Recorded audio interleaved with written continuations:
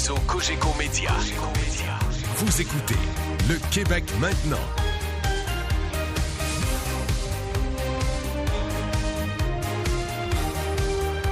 Votre point de repère. Le Québec maintenant. Avec Philippe Quentin.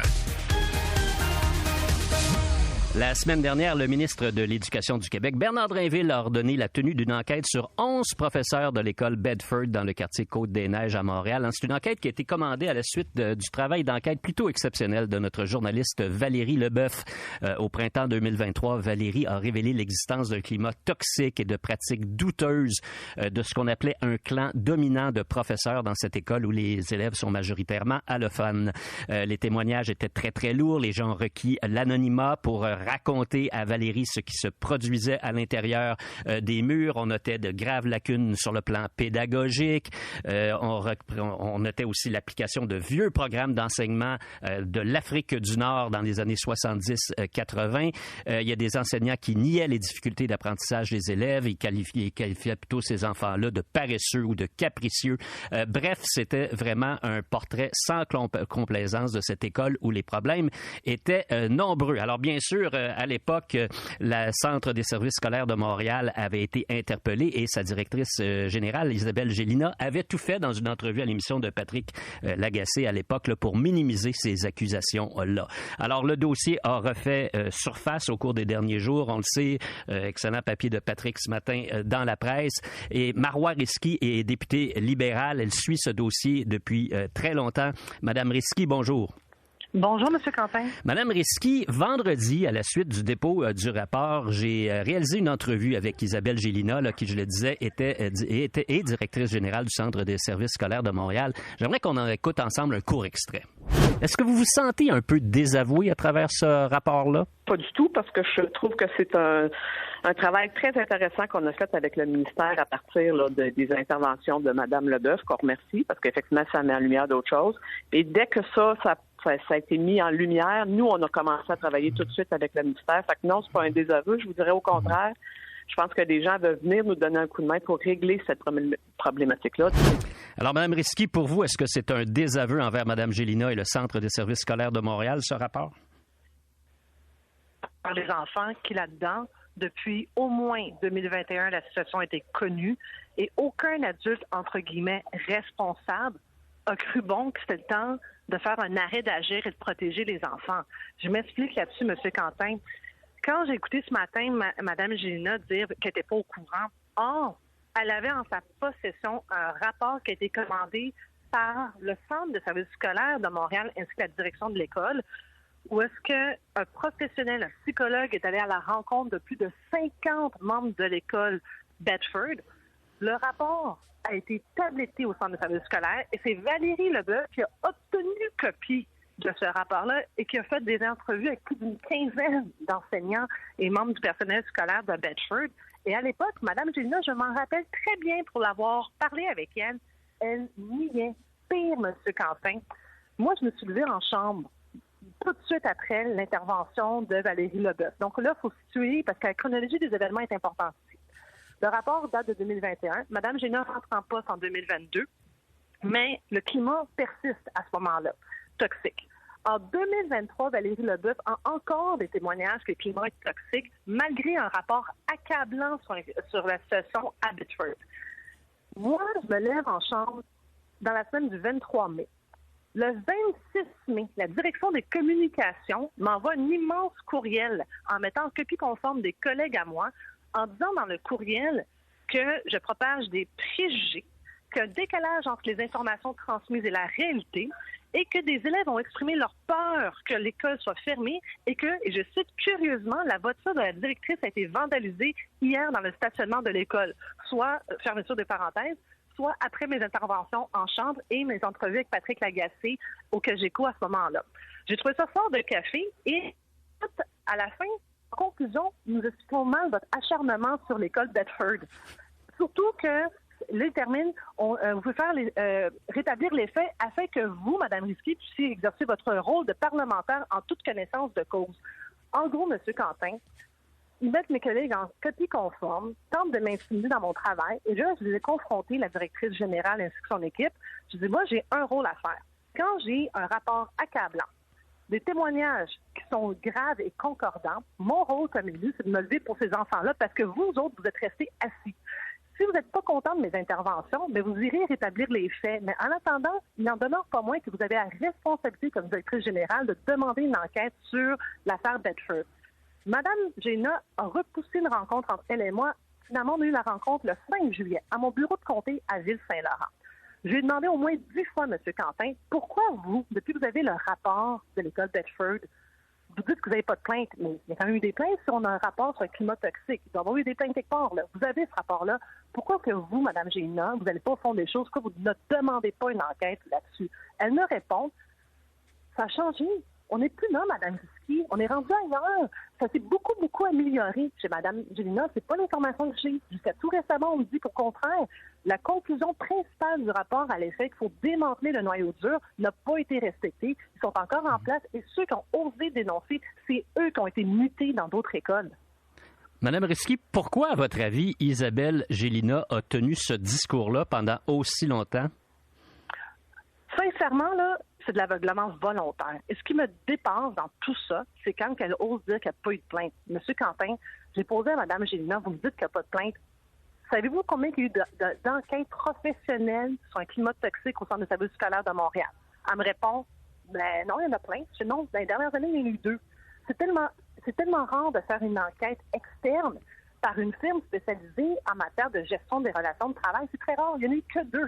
Donc, ça montre à quel point c'est problématique. Je dis pourquoi que vous, en votre âme et conscience, vous ne voulez pas retourner toutes les pierres pour vérifier, à savoir, est-ce vrai que l'égalité homme-femme n'est pas respectée? Je lui demandais, vous, Mme Gélinas, personnellement, êtes-vous confortable avec un enseignant qui, et je cite le rapport, trouve confrontant d'avoir une femme dans sa classe? Êtes-vous confortable à ce qu'il reste enseignant au Québec, ou vous, personnellement? Incapable de me répondre. Elle me dit la chose suivante, mais vous savez, Mme Risky, les gens ont le droit de s'amender. Et je lui réponds du tac au tac, Mme Gélinas, s'amender, généralement, c'est après une sanction. Il n'y a pas eu de sanction. Au contraire, ceux qui ont voulu dénoncer, c'est eux qui ont dû changer d'école. Pendant ce temps-là, vous avez des gens qui ne respectent pas le principe d'égalité homme-femme au Québec, qui sont encore en classe. Le rapport qui a été déposé vendredi, Mme Risky, est absolument dévastateur. Est-ce que vous pensez que Mme Gélinas peut demeurer en poste à titre de directrice générale du Centre de services scolaires de Montréal? Moi, elle n'a pas ma confiance parce que si vous essayez de me remplir, c'est une chose. C'est une chose. OK, vous voulez faire du spin, ça vous appartient. Mais là, c'est question ici de la sécurité, le bien-être des enfants. On est à un autre stade, M. Quentin. Elle avait la capacité d'agir et elle a décidé de regarder ailleurs. Elle a décidé de se réfugier, puis elle m'a dit au moins 10 fois dans mon bureau de comté, mais moi, ma directrice me dit que tout est beau. Et là, je lui dis, donc vous, une directrice, une personne, tasse au complet un rapport qui a été commandé par vous-même, par le Centre de services scolaires de Montréal. Vous mettez ça sous le tapis, vous tablettez un rapport accablant, parce que, M. Quentin, soyons honnêtes, qu'est-ce qui est nouveau dans le rapport? Tout ce que Valérie Leboeuf avait déjà dit existait et c'est déjà assez grave. De dire aux filles, vous bougez pas au soccer parce que vous êtes des filles, voyons donc, on est au Québec en 2024. Il me semble que ça, c'est assez grave en soi. Il me semble que c'est assez grave de savoir si une orthophoniste ou une orthopédagogue femme ne peut pas entrer dans une classe parce qu'une homme trouve ça trop confrontant qu'on devrait immédiatement agir. Et j'ai dit à Mme Gélinas, le rôle de l'école, c'est quoi? C'est de transmettre du savoir, savoir-faire et du savoir-être.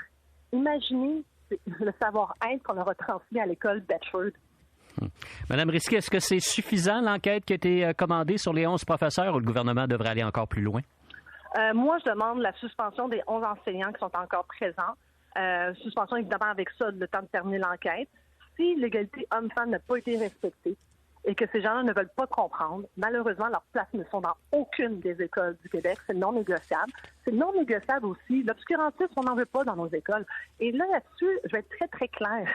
Moi, là, vous avez le droit de croire ce que vous voulez, mais dans l'école, il y a des transmissions du savoir qui doivent être faites. Et ça, peu importe ce que vous croyez ou vous ne croyez pas. Et ça, c'est la société québécoise que nous avons choisi de vivre tous ensemble. Et c'est non négociable. Qu'est-ce qu'on devrait faire, Mme Risky, pour les autres écoles primaires là, qui vont faire l'objet de vérification? Là, on parle des écoles de Saint-Pascal-Bellon, Bienville et Lavoie. Est-ce qu'on devrait agir aussi de façon plus rapide et plus vigoureuse? Oui, et là-dessus, M. Drainville a déjà très bien fait. Ça, là-dessus, je le félicite parce que lui a été un adulte responsable. Lui a vraiment occupé son rôle de ministre. Lui a décidé d'aller vraiment au fond des choses. Et là-dessus, Bernard Drinville, c'était impeccable. Moi, quand je l'avais rencontré, je dis, Bernard, s'il te plaît, déclenche l'enquête. Il m'a dit, Marois, je m'en occupe. Il a tenu parole. Et ça c'est beaucoup en politique. C'est tellement rafraîchissant d'avoir un ministre qui tient parole. Je tiens à lui dire merci du fond du cœur pour tous ces enfants-là. Mais M. Quentin, il y a une chose que j'ai demandé aussi, qui n'a pas encore été faite. Je veux qu'on retrace les enfants de l'école Bedford qui aujourd'hui sont peut-être rendus à l'école secondaire. Ceux qu'on a refusé leur plan d'intervention, ceux qui n'ont pas eu accès à l'orthophoniste en temps réel, eux, j'aimerais qu'on ait un suivi pour savoir est-ce qu'ils ont vraiment tous les outils pour réussir correctement malgré leur parcours à Bedford. J'aimerais que le suivi soit fait auprès de ces élèves-là et qu'on s'assure que s'ils ont manqué des heures d'orthophonie, s'ils n'ont pas eu un plan d'intervention correctement, mais de se dire on a failli à notre tâche collectivement de vous protéger, mais on va corriger le tir. Et en terminant, tout ce qui est groupe là, communautaire à l'extérieur, je vous aime beaucoup, mais à distance de l'école. Donc là, ça ne comprend pas une dernière chose, si vous me permettez, M. Quentin. Moi, j'aimerais ça qu'on m'explique dans le rapport comment se fait-il qu'une personne se sentit assez à l'aise de débarquer à l'école Bedford puis qu'a toujours appelé le 911. J'aimerais savoir, est-ce que oui ou non, il y a eu des accusations qui ont été portées? Ben, ce sont d'excellentes questions, Mme Risky. Je pense qu'on peut compter sur vous pour continuer de surveiller le dossier de très près. Merci beaucoup d'avoir été avec nous aujourd'hui. Merci à vous. Bonne journée. Marois Risky, députée libérale et porte-parole de l'opposition officielle en matière d'éducation. Alors, je vous signale qu'aujourd'hui, les cours ont repris à l'école Bedford et il y a 2 accompagnateurs là, qui vont aller examiner un peu comment les choses se passent dans cette école-là, qui ont amorcé leur travail. Le Québec maintenant, avec Philippe Quentin.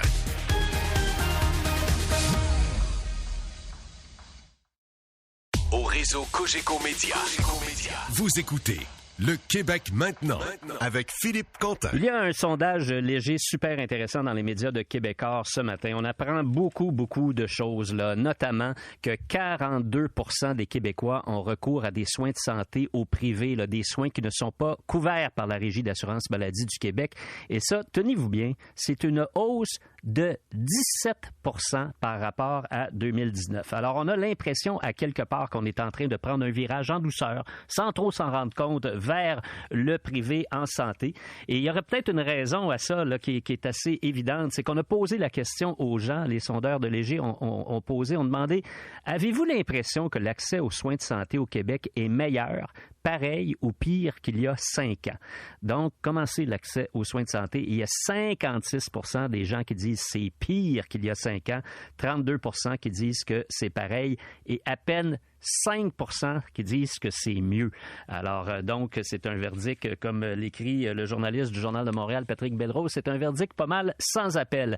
J'en parle avec Vincent Marissal. Vincent est député de Québec solidaire dans Rosemont et porte-parole du 2e groupe d'opposition en matière de santé. Je vous le dis à chaque fois que je lui parle. Je connais bien Vincent, on a travaillé très longtemps ensemble. Alors, ensemble, c'est le tu et le toi. Vincent, bonjour. Salut, Philippe. Vincent, tu as pris connaissance de ce sondage-là. As-tu été surpris? Non, malheureusement, j'ai pas été surpris. Si ce n'est peut-être de la rapidité avec laquelle l'accès aux soins publics se détériore. Mais, vous savez, nous autres, on a laissé, là, depuis quelque temps, là, les gens s'exprimer. On a même lancé des sites où les gens peuvent faire part de leurs expériences, là. Et tous les jours, à Québec solidaire, on a des nouveaux témoignages de gens, là, du vrai monde, là, qui nous écrivent ou qui nous appellent, puis qui nous donnent leurs histoires d'horreur en santé. Alors, je suis pas tellement surpris de voir qu'effectivement, l'accès est de pire en pire, ça se détériore, puis que les gens sont obligés de sortir la carte de crédit pour aller se faire soigner, parce que quand le petit pleure depuis 2 jours, qu'il fait de la fièvre, puis que tu te butes au 811, qui te dit « va à l'urgence », alors que tout le monde te dit « va pas aux urgences », puis quand le seul site du gouvernement t'envoie vers des cliniques privées, ben tu finis par payer parce que tu t'inquiètes pour la santé du bébé, tu t'inquiètes pour ta mère, tu t'inquiètes pour toi-même. C'est compliqué en ce moment dans le réseau de la santé, mais une chose certaine, ce sondage-là, c'est un bulletin pour l'administration et pour le ministre Dubé. Puis Puis c'est pas loin d'un E pour échec. Bon, tu as raison de le mentionner pour les parents. Là, c'est un des chiffres qui ressort de ce sondage-là. Là. Chez les parents d'enfants, 56% ont déboursé pour des soins de santé au privé, alors que chez les gens qui n'ont pas d'enfants, c'est 37% qui ont déboursé pour des soins. Donc, c'est vraiment là, un écart majeur. Si tu as un enfant, tu as beaucoup plus de chances d'aller au privé. Bon, alors, est-ce que ça veut dire que le privé, c'est une bonne solution pour faire en sorte qu'on ait un accès plus facile à des soins de santé corrects? Là, il faudrait peut-être revoir nos paramètres, là, parce qu'on avait comme un deal au Québec. On paye des impôts, puis on a un système de santé. On paye pas mal d'impôts au Québec. Ça, là-dessus, tout le monde va être d'accord. Là, le problème, c'est qu'on continue de payer des impôts, mais on n'a plus accès au public. Notamment parce que le privé vampirise notre réseau public, puis qu'à chaque fois qu'une nouvelle clinique privée ouvre, bien, nécessairement, elle va drainer le personnel des hôpitaux publics, puis des cliniques, des CLSC. Alors là, on est en train de changer tranquillement le paramètre sans le dire vraiment aux gens. Puis les gens vont pas au privé parce qu'ils aiment ça. Ils vont au privé parce qu'ils n'ont pas le choix. Parce que, justement, le bébé braille depuis 2 jours, parce que tu as mal au ventre puis tu sais vraiment pas ce que tu as, parce que tu as de la misère à respirer, toutes sortes de raisons. Les gens se lèvent pas le matin en se disant « Hey, moi, je veux absolument aller dans une clinique privée. » En plus, c'est le Far West des prix dans les cliniques privées. Elles n'ont pas de grille de prix. Il n'y a pas de limite à ce qu'elles peuvent charger. Elles en profitent, certaines de façon éhontée. Et il y a des coins au Québec, là, il va falloir qu'on commence à parler de ça, là, qu'on appelle des déserts médicaux, où c'est à peu près impossible d'avoir un rendez-vous, soit à l'hôpital parce que les urgences sont fermées ou débordent, qu'il n'y a plus de médecin de famille, puis qu'il n'y a même plus de clinique où tu peux avoir un accès avec un médecin de famille. Alors, il y a des déserts médicaux comme ça où les gens n'ont pas le choix.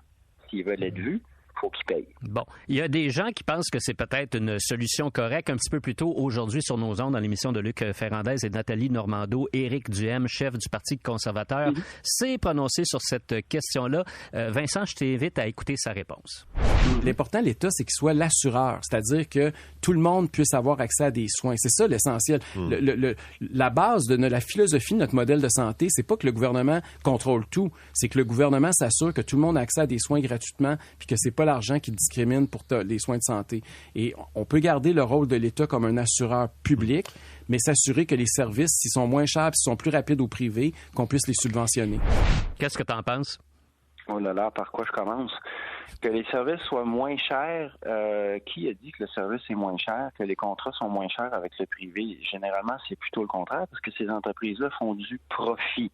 Elles investissent dans des cliniques neuves, elles font du profit. Donc, nécessairement, ça va coûter plus cher. Ensuite, assureur, M. Duhem dit il faut que l'État assure et que les gens ne paient pas. Mais en ce moment, c'est pas ça la question. En ce moment, la question, c'est que les gens payent. Ils payent en double. Ils payent leurs impôts. Rubis sur l'ongle, ils payent leurs impôts, puis ensuite, quand ils sont malades, il faut qu'ils repayent avec leur carte de crédit parce qu'il n'y a pas d'accès au public. Là, je ne peux pas être d'accord avec Éric Duhem sur sa position. Là. À supposer que le gouvernement nous paie des soins dans des cliniques privées, je veux bien qu'à ce moment-là, le patient ne paie pas de sa poche, mais dire que ça coûte moins cher et que c'est plus efficace, je ne suis pas du tout d'accord avec cette position. En tout cas, ça coûte plus cher, ça, c'est sûr. Et les cliniques privées, contrairement aux hôpitaux, contrairement aux CLSC, prennent généralement les cas un peu plus faciles. Ce qui fait que les hôpitaux s'avancent avec les cas problèmes.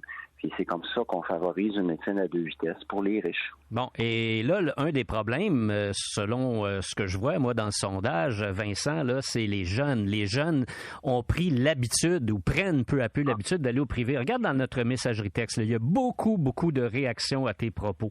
Et la plupart des gens font un constat très, très dur de notre système de santé, là, en disant, M. Dubé fait peut-être son possible, mais regardez, ça fonctionne pas. J'attends tellement longtemps avant d'avoir un rendez-vous, peu importe que j'aille un médecin de famille ou non, faut que je passe par une centrale de service, je sais plus trop quoi faire. Bref, il y a beaucoup de confusion également. Mais il y a quelqu'un qui dit, écoutez, moi j'ai 25 ans, je fais 85 000 $ par année, puis oui, si j'ai un pépin, je vais aller au privé, c'est sûr que j'attends pas à l'urgence. Ça, j'ai l'impression que chez des jeunes qui gagnent un salaire qui est le fun, qui est enviable, c'est une réaction qui est de plus en plus répandue. Et puis c'est comme ça qu'on va finir par achever notre réseau public.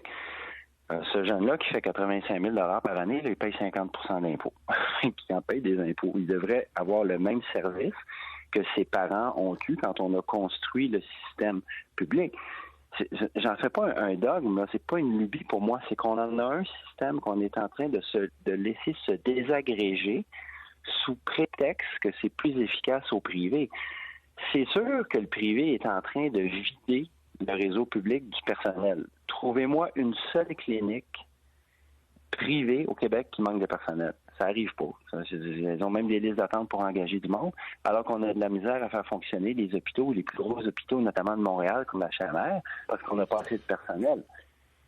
C'est une question de choix. Moi, je crois à notre système public. Je crois que si on avait le personnel pour faire rouler non seulement les urgences, mais aussi les salles d'opération, on aurait des services dans les hôpitaux. Oui, mais pour l'instant, on semble encore loin de ça, malgré les efforts du ministre Dubé. Vincent, merci beaucoup d'avoir été avec nous aujourd'hui. Merci de l'invitation. Salut, à bientôt. Bonne journée, Vincent Marissal est député de Québec solidaire dans Rosemont. Il est aussi porte-parole du deuxième groupe d'opposition en matière de santé. Le Québec maintenant. Avec Philippe Quentin.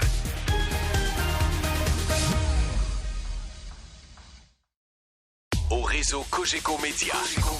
Vous écoutez Le Québec maintenant avec Philippe Quentin. Il y a une histoire vraiment troublante qui s'est produite à Québec dimanche soir. Le genre de choses à laquelle on ne s'attend pas. C'est dans un centre jeunesse, une dizaine de jeunes qui s'en sont pris à des intervenants. En plus de briser du matériel, les jeunes étaient très agressifs. Alors les intervenants ont dû utiliser du poivre de Cayenne et un pistolet à impulsion électrique pour les maîtriser.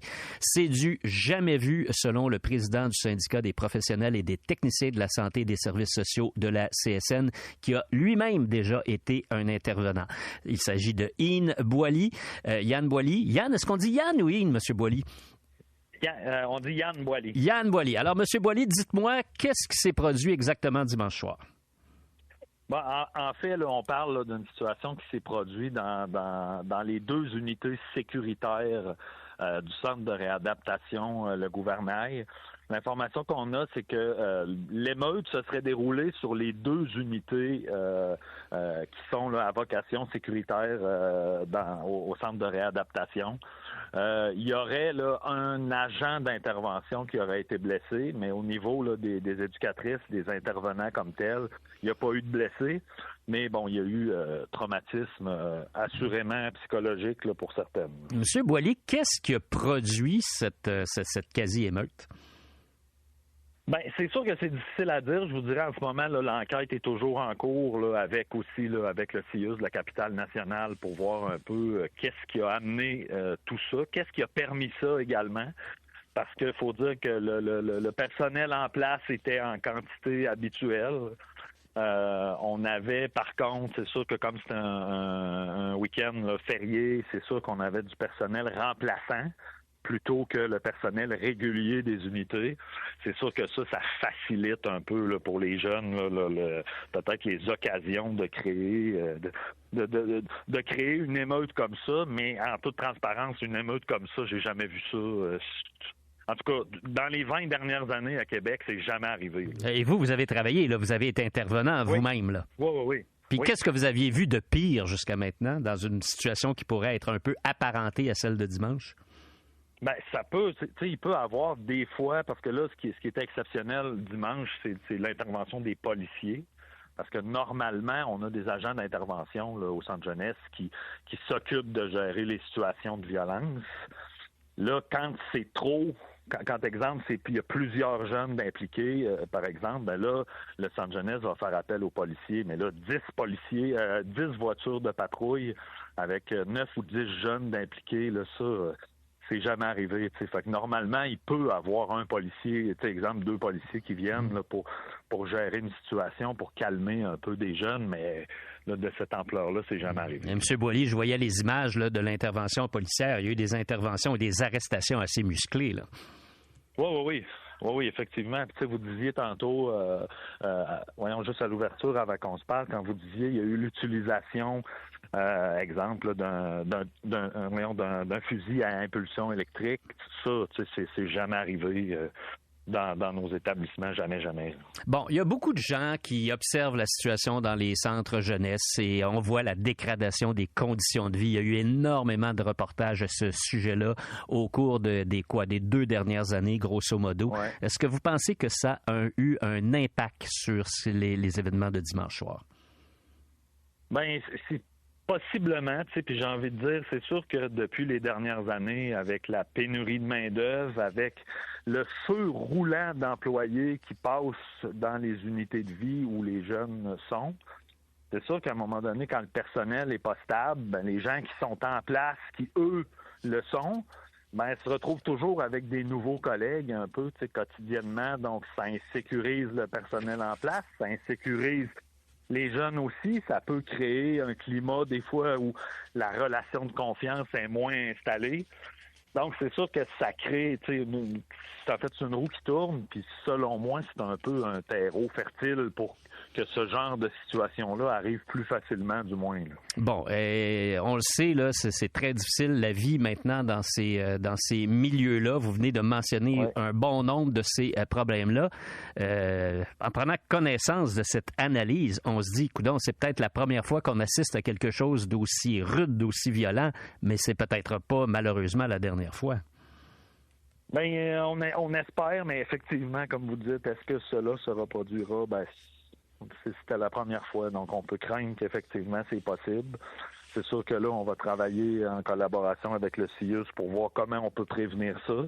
Qu'est-ce qui a amené ça, premièrement, puis comment est-ce qu'on aurait pu le déceler avant? Est-ce qu'on aurait pu y mettre fin plus vite?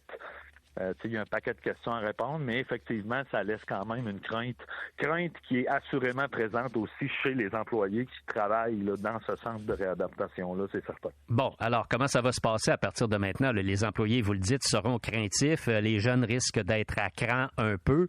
Ça donnera pas une très, très belle ambiance pour les prochaines semaines. Là. Ben, effectivement, là, c'est sûr que ça risque d'être assez difficile là, au niveau des jeunes. Puis ce qu'il faut comprendre, c'est que les jeunes qui sont là, ben il y en a dans ça qui sont en détention à cette unité-là. Donc, on peut pas dire ben on va les changer d'endroit, on va les mettre ailleurs. C'est le seul endroit où ils peuvent être, donc ils sont encore là. Donc là, c'est sûr que là, les équipes en place, c'est sûr que là, ils vont ajouter des nouvelles personnes. Il va y avoir des agents d'intervention, assurément, qui vont s'ajouter là, à l'équation, mais il va y avoir effectivement les prochaines semaines vont assurément être exigeantes et stressantes là, pour le personnel en place, c'est certain. Bon, puis il faudra pas non plus qu'il y ait des éléments j'ose presque dire, de vengeance là, pour de la part du personnel. Il va falloir qu'il reste cool, entre guillemets, là. Ouais, ben je croirais pas que les gens sont assez tu sais, les éducateurs de façon générale, là, c'est des gens, tu sais, ils sont là, ils ont choisi d'être avec les adolescents. Puis cette situation-là, tu sais, c'est du jamais vu. Là. Il faut pas penser qu'au centre jeunesse, les gens vivent de la violence quotidiennement. Puis ça arrive, mais de façon générale, tu sais, les jeunes, il y a beaucoup de bonnes relations avec les adolescents. Là. Ils avaient quel âge, les adolescents qui ont été mêlés à ça? En moyenne, là, c'est 16 et 17 ans. 16 et 17 ans. Puis est-ce qu'on sait, est-ce qu'ils sont organisés? Est-ce qu'il y a comme un peu des gangs? Est-ce qu'il y a des leaders? Est-ce qu'on sait un peu comment ça fonctionne au quotidien?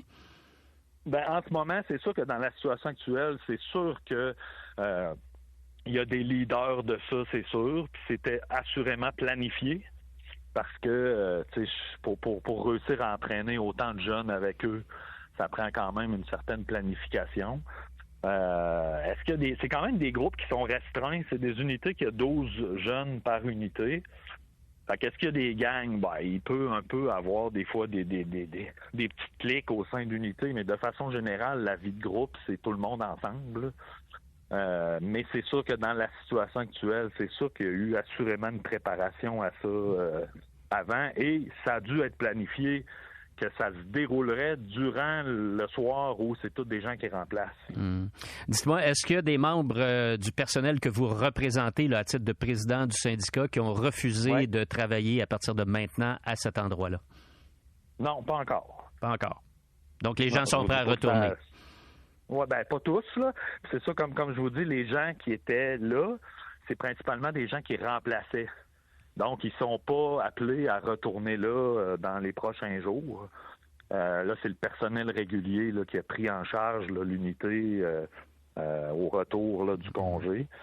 Mais je suis à peu près convaincu que les gens qui y ont travaillé refuseront d'y retourner si on leur propose des corps de travail là. C'est fort probable. Ouais, probablement. Bien, merci beaucoup d'avoir été avec nous. Ça me fait plaisir. Bonne Bonjour. fin de journée. Yann Boilly est président du syndicat des professionnels, était technicien de la santé et des services sociaux de la CSN. Il a lui-même déjà été intervenant. Alors, je vous rappelle, là, ça s'est produit dimanche soir dans un centre jeunesse de la région de Québec. Une dizaine de jeunes qui s'en sont pris à des intervenants, en plus de briser du matériel. Le climat était très, très chaud, l'ambiance plutôt explosive. Le service de police de la Ville de Québec a dû intervenir de manière assez musclée, du jamais vu, semble-t-il, dans un centre comme celui-là. Au réseau Cogeco Média. Vous écoutez Le Québec maintenant avec Philippe Quentin. Bienvenue à la nouvelle série Le Parloir, le rendez-vous des amateurs de crime. On va recevoir des invités qui ont tous un point en commun. Le crime fait partie de leur vie. Ils sont tous morts, ceux qui faisaient ce métier-là. Alors moi, je suis un des restants. Moi, j'ai vraiment eu envie de vous amener dans des univers qu'on montre très peu, voire même pas du tout. Catherine, c'est la bande-annonce de la série Le Parloir sur la chaîne spécialisée Témoin. Oui, un magazine qui parle de crime pour les amateurs de crime. Ça s'était pas fait encore, un magazine sur le crime. C'est quand même une idée originale. On reçoit Félix Séguin et Annie Soleil-Proto. Annie Soleil est collaboratrice au magazine. Félix, tu l'animes avec Victoria Charlton. Bonjour à vous deux. Bonjour. Et les deux sont coproducteurs, en plus. Oui, absolument. Ben ouais. Les deux sont coproducteurs. Mais c'est vrai que ça s'était pas vu, un magazine sur le crime. Non, puis on doit remercier pour ça Québécois Contenu, Joanne Ménard, entre autres. Elle a eu l'idée de commander à notre boîte de production qui s'appelle Roméo est mort, quelque chose qui se voulait une hybride entre un magazine, un talk show sur le crime. Donc, je dirais que le défi était, quand même important, celui d'essayer de concilier ce genre de sujet-là dans une formule un peu plus légère, mais toujours sérieuse, sans perdre de vue que quand on parle de crime, il y a des victimes. Quand on parle de crime, il y a des enquêtes policières. Il y a plein de considérants là-dedans. Et ce qu'on a fait, on est arrivé avec une proposition qui est la suivante. On a pris un peu de...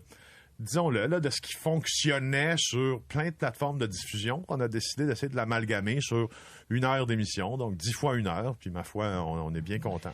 OK, puis comment on va là sans heurter des victimes, justement? Parce que vous revenez sur des enquêtes, des disparitions, sur des cas. Évidemment, il reste des gens, des familles autour de ces grandes disparitions-là. Des fois, il y a des cas qui sont pas résolus encore. Comment vous faites pour ne pas heurter personne? Cette sensibilité-là, Catherine, c'est certain qu'on l'a. Félix et moi, on vient de faire une série documentaire qui s'appelle justement « Famille de criminels » où moi, pour la première fois, je racontais quel lien ma famille et moi, on a eu avec ce monde-là, avec tout ce qui est crime organisé. Donc, c'est certain que moi, c'est quelque chose à quoi je pense beaucoup. Et quand il est question, par exemple, dans le parloir, de parler de disparitions non résolues, de crimes où il y en a eu des victimes, puis où les familles, oui, ont énormément souffert, on l'a toujours en tête. Puis on leur parle à ces familles-là. Il y a des contacts qui se font. Ces gens-là témoignent aussi dans le parloir. Donc, on a toujours ça en tête sans jamais esquiver la vérité des faits. Est-ce que ça a été facile de convaincre les gens de s'exprimer à visage ouvert devant la caméra? Dans le cas des disparitions, des meurtres non résolus, un peu plus, parce que ces gens-là demandent que justice soit faite, puis on est une des courroies de transmission, un des véhicules. C'est souvent comme ça. Dans d'autres cas, un peu plus difficiles, notamment avec le segment que porte Annie Soleil dans ça, parce qu'on lui a confié la mission d'avoir accès au monde interlope. Donc là, elle est avec, exemple, des trafiquants, elle est avec des gens qui ont la main dans l'engrenage là, jusqu'au bras là. Tu sais. Alors, est-ce que tu savais que tu étais là en reportage? Ben oui, oui, tout à fait. Puis moi, j'ai accès à ces gens-là justement parce que le milieu criminel est quand même pas si vaste que ça au Québec. Tout le monde se connaît un peu. On sait qui a des accointances avec qui. Donc, mon histoire, la plupart de ces gens-là la connaissent. Donc, ils savent qu'ils peuvent me faire confiance. Il y a ce lien-là qui existe. Donc, c'est certain que moi, ça me donne une espèce de clé de voûte pour des mondes auxquels très peu de gens ont accès. Donc, Félix a accès d'une différente façon parce qu'il est journaliste, puis il est journaliste d'enquête. Donc, moi, de mon côté, c'est une une autre affaire. Puis oui, dans plusieurs cas, ça m'a demandé beaucoup de travail de les faire accepter, là, de me raconter ce qu'ils font, comment ils le font. Puis il y a des cas où, justement, ils sont tellement là, les deux doigts dans la prise de courant que c'était nécessaire de protéger leur identité aussi. Là. Bien, on va voir un reportage d'ailleurs dans l'épisode de cette semaine, jeudi à 20h. Tu rencontres un trafiquant de cocaïne de haut niveau, justement, qui explique un paquet d'affaires que je ne connaissais point sur la cocaïne, là, la texture, comment on la coupe, les overdoses. En tout cas, on va très loin dans ce type de reportage-là. Moi, j'avais jamais vu ça ailleurs. Et tu sais, je me dis, quand on dit criminel, dans le fond, on dit crime. Est-ce que des fois, tous les deux, avec vos expériences, vous avez l'impression d'être en danger? Ben, je veux dire, moi, ça fait partie de la job. Ça vient avec. Puis, tu sais, j'ai des vis-à-vis qui font le même travail. Je pense à Daniel Renaud, entre autres. Je pense à d'autres personnes qui couvrent les mêmes événements. Puis, on accepte un certain niveau d'insécurité, je te dirais. On gère le danger, puis on gère le risque. Ça fait partie. Ça vient. C'est sûr que vous avez des caméras, là, tu sais. Donc, déjà là, d'être avec d'autres personnes, ça vous protège. Mais c'est pas des enfants de cœur, là. Tu sais, je veux dire, tu t'en vas pas à l'épicerie tester une boîte de céréales, hein? C'est ça. Mais c'est pas nécessairement. Tu sais, il faut apprendre dans ça à marcher sur. Tu marches sur une ligne, puis ne marches pas à droite, marche pas à gauche. Alors, c'est très serré. Hein? Le corridor est serré sur quoi faire, quoi ne pas faire. Il faut que tu aies toute une analyse aussi de comment le milieu va réagir à un événement donné ou à toi ce que tu peux dire. Parce que ta perception des choses, c'est pas la perception du monde criminel des mêmes enjeux. Alors, il faut que tu t'arranges pour pas mettre le feu quand il n'y en a pas. Puis pour l'éteindre s'il y en a un, tout en gardant, en tout cas dans mon cas, une perspective ultra-journalistique dans ça. C'est jouer à l'équilibriste. Oui, puis Félix le dit très bien quand il parle de gestion des risques, parce que c'est exactement ça. Puis le milieu criminel vient avec ses codes. Tous les deux, on les connaît, ces codes-là, puis ça fait en sorte que, justement, le fil du funambule, on n'est pas pire, puis Félix le fait depuis très longtemps pour essayer de bien marcher dessus, pour être correct en tout et partout. Maintenant, tu sais, moi, je pense qu'il faut toujours faire attention aussi dans ce domaine-là de ne jamais glorifier la criminalité. Et c'est un souci qu'on a également. Puis je trouve que c'est utile, moi, de donner la parole à ces gens-là parce qu'il y a tellement d'argent public qui est injecté en ce moment dans les opérations policières, dans la lutte antidrogue, que de voir ça marche-tu? Ça marche comment? À quel endroit ça marche pas? Parce que c'est de l'argent des contribuables. C'est notre argent qui est mis là-dedans. Vous faites une série, puis manifestement, il y a un public, puis il y aura un public, mais on dirait que ce que j'appellerais le true crime, là, hein, c'est en popularité exponentielle partout en Occident. Alors, aux États-Unis, il y a de plus en plus de podcasts, de séries, de livres. Les grands journaux y consacrent des ressources, ce qu'ils ne faisaient pas nécessairement à l'époque. Comment vous expliquez ça? Bien, d'abord, moi, là-dessus, je trouve que c'est une question ultra pertinente parce que, moi, exemple de fameux true crime, là, je suis un peu là d'en regarder. Je me lasse de regarder une formule où, bon... et t'as toujours quelqu'un qui va porter une certaine quête, qui va tenter d'élucider un crime. Écoute, Philippe, là, quand les meilleures escouades policières au monde sont passées sur une affaire, les meilleurs détectives, les meilleurs services, tu sais, de prétendre que toi, tu vas arriver puis, tu sais, avoir la clé de voûte puis solutionner la patente puis tout ça, ça arrive combien de fois même, tu sais, ça arrive presque pas. Je les compte sur les doigts d'une main. Tu sais, à la télé, les gens qui ont porté une affaire qui ont permis de résoudre vraiment. Alors, je trouve que dans ça, il y a un rôle qui est un peu dangereux, qu'on attribue toujours à quelqu'un qui porte cette quête-là. C'est pour ça que des fois que ça me lasse un peu. Mais en même temps, la fascination pour la criminalité, ça vient de la fascination qu'on a. On a tous une part d'interdit, puis voilà, tu sais, ça correspond à des affaires qu'on peut peut-être pas explorer autrement que par le truchement de la télé, parfois. Oui, puis nous, on n'a pas cette prétention-là dans aucun de nos projets de vouloir tenter de résoudre des choses où la police a échoué. Maintenant, est-ce que des fois, on est capable d'apporter des réponses différentes que les familles n'ont pas eu, par exemple, auparavant? Ça, oui, ça, on a été capable de le faire à différents moments. Puis, pour répondre à ta question, Philippe, je pense aussi qu'il y a personne qui aime pas ça dans la vie. Un bon film de gangster, Scorsese, là, tu sais, donc, cette fascination-là, elle existe autant en réalité qu'en fiction. Et c'est super intéressant parce qu'il y a un volet où il y a Claude Discat-Poirier qui fait partie de l'émission, évidemment, tu sais, qui parle naturellement seul. Personnage légendaire. Voilà, il pourrait faire le show à lui tout seul. Quand il est arrivé la première fois, il a dit « Coudonc, des bébés mal assis dans ces chaises. Il dit tout, pas de filtre. Mais vous allez comparer un peu les techniques policières du temps aussi. Ça fait une différence dans ce qu'on appelle le true crime. Techniques policières du temps, négociation d'otages, toutes sortes de trucs comme ça, avec ce qui se passe maintenant. Oui. C'est pas les mêmes techniques. La technologie a avancé, l'ADN, il y a plein d'affaires qui ont changé. Puis on va comparer aussi la façon dont les corps de police communiquaient avant puis communiquent maintenant. À l'époque de Claude Poirier, je pense à André Cédillo aussi, là, à vieille gang, au fond. C'est pas pareil. Là. Écoute, ces gars-là, ces filles-là aussi, mais il y avait moins de femmes à l'époque qui faisaient cette spécialisation journalistique-là. Ils avaient accès aux scènes de crime parfois. Ils avaient accès à plein d'affaires. Alors, on va comparer ça aussi. Puis, on a aussi recruté Karine Perron. Karine Perron, là, pour vous le dire, quand on fait du documentaire de type criminel au Québec, là, il y a un guichet unique qui s'appelle Karine Perron. C'est celle qui a acheté les archives d'Allo Police. Et dans ça, Allo Police, qui était un hebdo, qui avait un très gros tirage, beaucoup de moyens, puis on replonge dans certaines affaires. Elle est super intéressante. Elle est vraiment bonne, Karine. Elle explique de manière, ma foi. Fantastique. Ça, c'est vraiment un beau flash. Elle a eu un bon flash d'acheter des archives aussi. Ben, tu vois, elle a une job maintenant. Ça s'appelle Le Parloir. C'est sur la chaîne spécialisée Témoins les jeudis à 21h. Bravo à vous deux pour votre émission. Ouais, puis bonne chance, Annie Soleil. Bonne chance, Félix. On va écouter ça avec beaucoup d'intérêt.